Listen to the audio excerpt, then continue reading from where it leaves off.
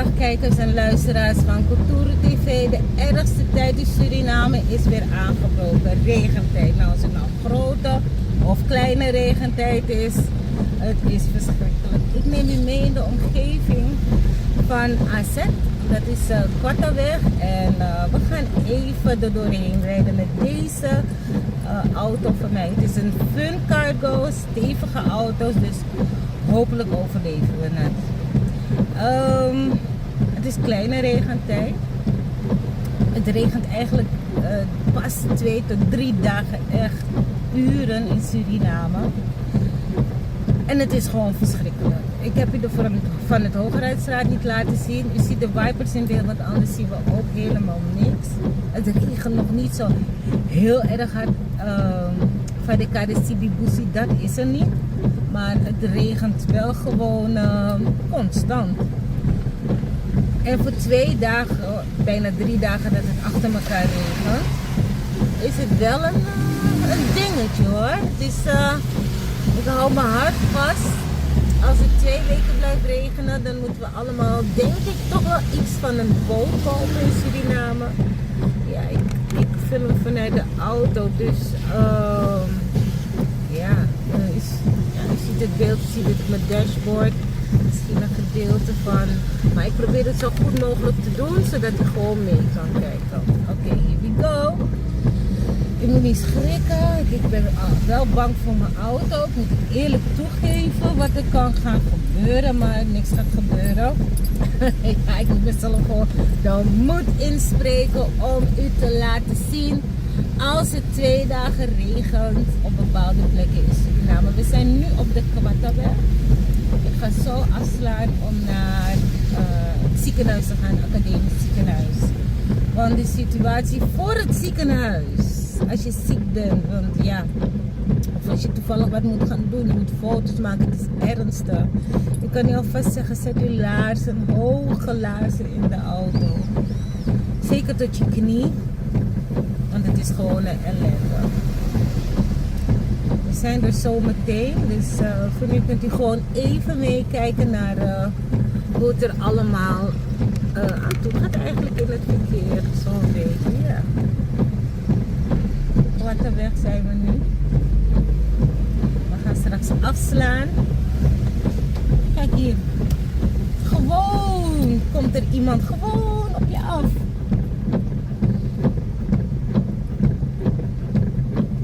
Zonder iets te tuteren of zo. Denk gewoon van ja. Here we go. Here we go.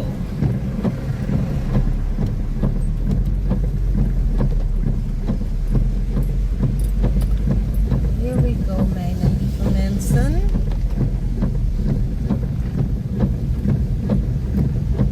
Het is gewoon een top ellendige situatie. Top ellendig. Het is gewoon verschrikkelijk. Oh my god, en die hoge auto's gewoon hebben gewoon geen manieren.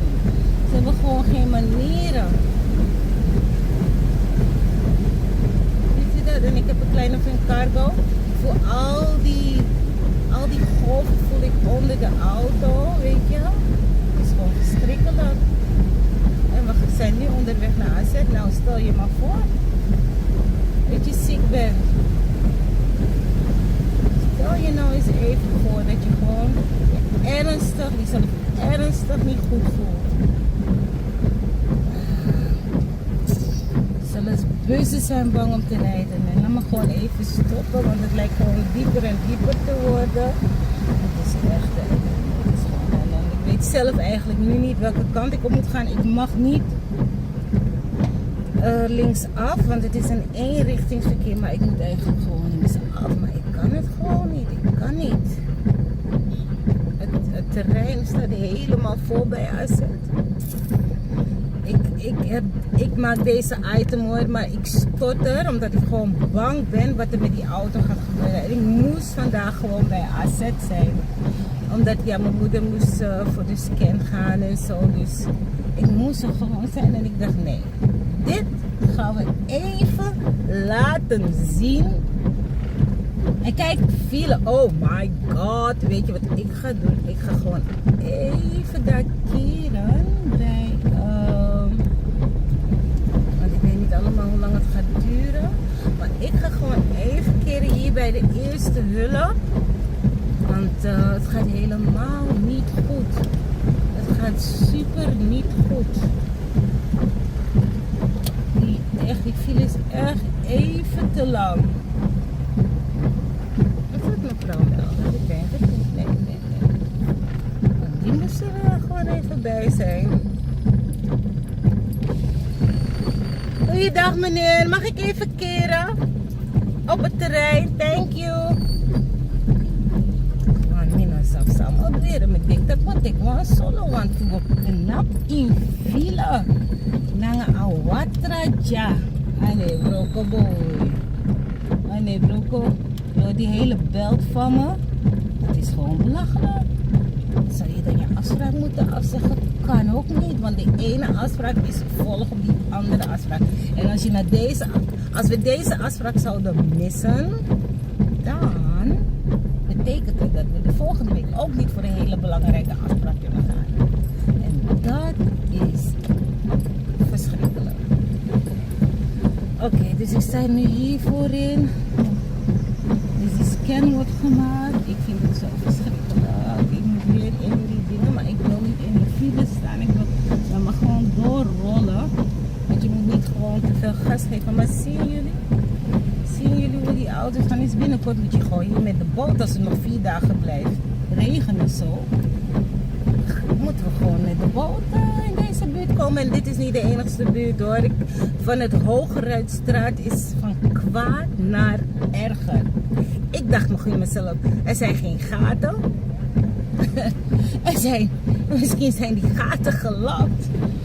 Maar wat about de afwateringen? Waren mannen daar bezig? Er waren mensen bezig te werken volgens mij 2-3 maanden geleden. Ik dacht, yes, ze zijn bezig met de afwatering.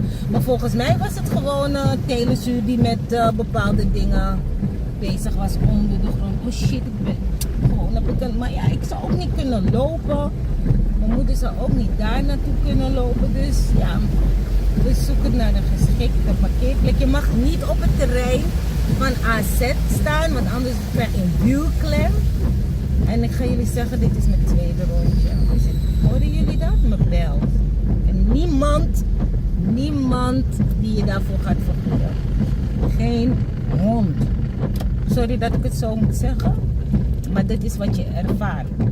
En dan kan mensen wel zeggen, ja, dan moet je een hoge auto kopen, of je moet dit, of je moet dat. Ja, dan moet je die centjes hebben, weet je. Ik zit niet in bepaalde gelegenheden dat je centjes achterover kan drukken, zoals melkcentrale en dat soort toestanden.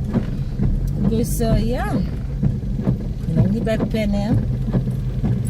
Mensen geven je wel een break gelukkig. Gelukkig zijn deze mensen, hebben ze verkeersfatsoen. Gelukkig. En ik ga weer dus dan een rondje rijden waar ik ben begonnen. Zo heb ik net ook gereden. Zo ben ik dus gestart. Maar nu ga ik een zijstraat verder. Niet in die ene strijstraat waar ik ben gegaan. Maar dan ga ik een straatje verder om je te laten zien van... Dit is het. En ja, ik moet ook wel zeggen van sommige dingen zeg ik ook wel, oh shit, uit frustratie, sorry dat ik het zeg maar, het lijkt net of mijn remmen een beetje gladjes zijn. Dus je moet echt heel rustig rijden om genoeg ruimte te hebben om te remmen. Dat is in ieder geval een tip wat ik je nu zo mee kan geven. Want kleine mensen wakker, maar ik ga u straks weer laten zien. Oké, dus nu zijn we weer op de weg. Ik ga dus niet in die eerste zijstraat die naar AZ gaat. Dat heeft u dus al gezien. Ik ga naar de tweede zijstraat. Ik heb echt moeite met remmen. Want je remmen worden nat. En het duurt heel lang voordat hij dan pakt. Kijk, dat is echt een dingetje. En ik heb even nagedacht, want ik had even pauze gezet. En ik denk zo van... sommige dingen zeg ik erg uit frustratie. Vooral als je dan... zeg maar... midden in het water zit. Dan denk je, oh my god. Weet je? Maar ja... De opmerkingen van hoge auto's. Zo ja, jullie moeten maar lekker zelf weten wat jullie commenten of niet. Maar als je zo goed kijkt en je kijkt naar de gemiddelde Surinamer, dan die hier hard werkt en alles probeert te onderhouden, huis, auto, kinderen, gezin, alles. Dus je hygiëne. Dan ben je gemiddeld, als je bijvoorbeeld je bering moet maken of 2 keer bering, ben je al 7000 SED kwijt. En stel je voor, je bent een leerkracht of zo en je verdient 12.000. Hoe ga je het doen? En hoe gaan we hiermee om? Hoeven we dan niet meer op straat te gaan? Hoeven we niet te werken? Want het zou toch fantastisch zijn, Suriname onder water, het hele land ligt stil. En ja, want anders krijgt iedereen te veel kosten. En dat geld krijgen we niet in onze zak. Want als er nu wat met mijn auto gebeurt, weet ik ongeveer dat die 10.000 tot 16.000 gewoon poeps in één keer weg is. En ja, mensen hebben echt verkeersfatsoen, want het regent. En regen en file gaan ook samen. Maar ik vind dat het hartstikke meevalt dit keer. Ik vind niet echt dat de file is. Hoe laat is het? Het is 11:15. Nou, dadelijk gaat de ellende beginnen, want die kinderen moeten uit school komen nog. Ik hoop dat we dan nog van AZ vertrokken zijn. Maar zoals u ziet waar ik ben, dan gaan we nu eigenlijk vanaf het begin van AZ. Ik was net midden, maar nu gaan we hoe je AZ eigenlijk binnenkomt. Want de weg van AZ is een eenrichtingsverkeer. En ja, dan gaan we maar eens kijken hoe de zieken tijdens regentijd binnenkomen. Het terrein van AZ zit vol. Deze man heeft hier een parkeerplek gevonden, maar ik heb er niks aan.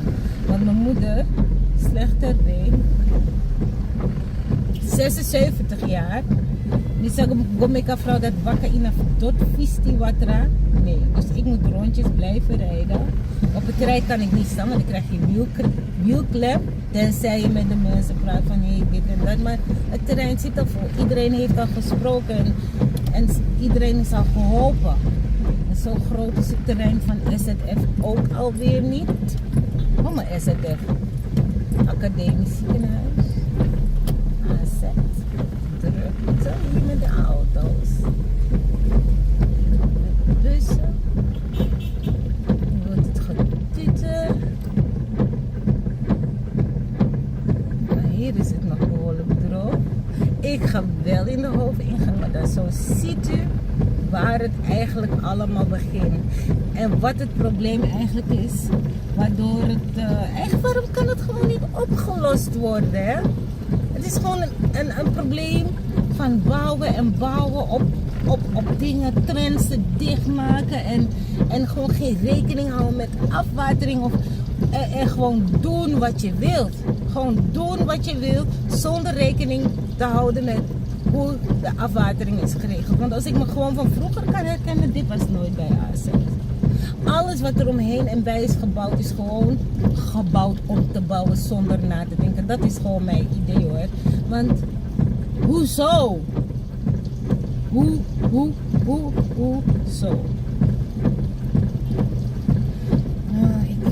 Ik had een parkeerspot gezien. Ik had een spotje gezien.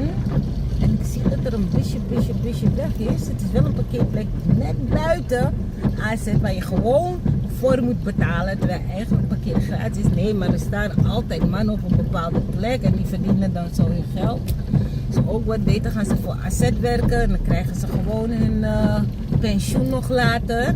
En dan hebben ze nog ziektekostenverzekering. Want het zijn gewoon self-made parkeerwachters hier in Suriname. Self-made.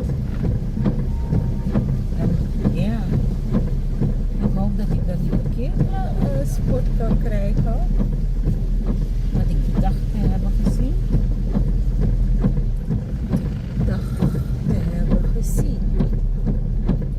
Kijk, het terrein zit vol. Vol. Dus probeer ik iedereen toch, want ze begrijpen de situatie wel.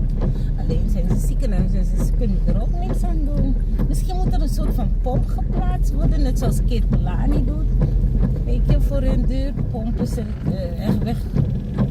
Maar, oh my god. Ellende. Echt een ellende. Meneer, waar gaat hij parkeren? Kijk, hij gaat ook dus door iemand. Wat? Ik wil dat ook.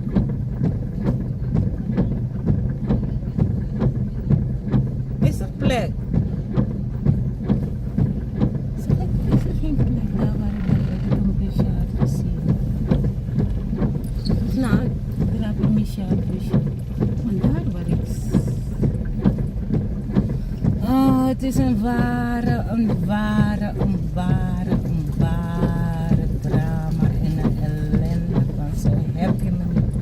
En ik ga nu gewoon eventjes niet verder. Ik ga niet weer in het water, dat gaat gewoon die auto niet aankunnen. Maar zoals je ziet begint het daar bij de uitgang. Er staan hier ook auto's aan de zijkant. Ik blijf gewoon rustig hier staan. En als er een auto langs wil, dan zal ik het wel merken hoor, hoe dit allemaal gaat. Maar dit gaat niet. Nou mensen, je heeft het zo'n beetje mogen meemaken. Misschien ga ik straks weer filmen. Wanneer mijn moeder in de auto zit. Ik blijf gewoon hier. U heeft het kunnen zien. En dan wens ik u een hele fijne dag. Mijn naam is Natasha Konrad. En mocht u een oplossing hebben voor deze situatie, dan zien wij het graag in de comments. Fijne dag. Dekyo krabasi ano sheng, masa pemba ano sheng, begadoti ano sheng, na tambum fui ala.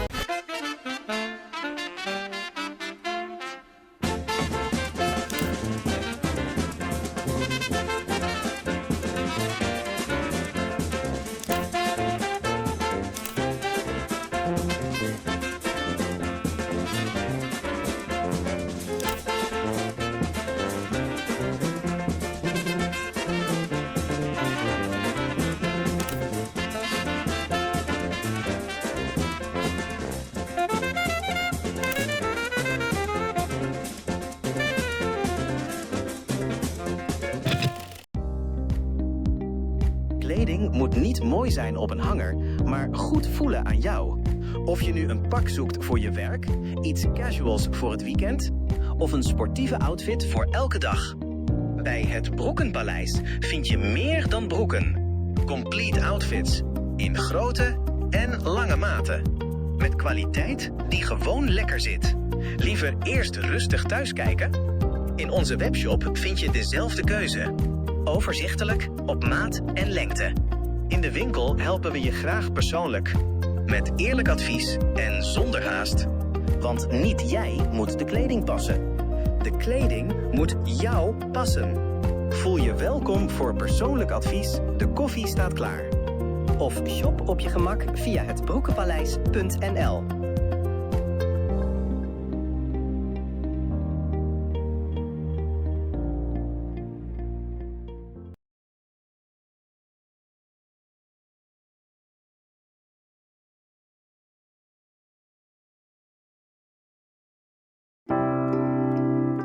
Zorgen moet je doen, niet maken.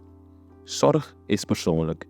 Onze jongste patiënten krijgen daarom bij de huisartsenspoedpost ook een persoonlijke behandeling.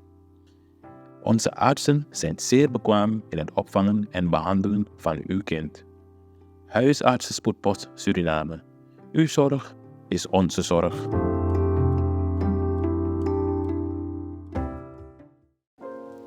Xylecare is natuurlijke selfcare, geïnspireerd op de rijke kruidenkennis uit onder andere Suriname. Voor vrouwen die willen herstellen, ontspannen en in balans komen in elke fase van het vrouw zijn. Of je nu net bent bevallen, je cyclus wilt ondersteunen of gewoon goed voor jezelf wilt zorgen. Xylecare is er voor jou. Onze pure kokosolie is perfect voor de tere babyhuid en de verzorging van moeders. Onze theesoorten en vaginale stoomkruiden brengen rust, reiniging en herstel. Gun het jezelf. Of geef het liefdevol cadeau aan iemand die het verdient. Xyla-Care. Pure aandacht met de kracht van de natuur. Bezoek onze website op www.xyla.care en volg ons op Instagram en Facebook.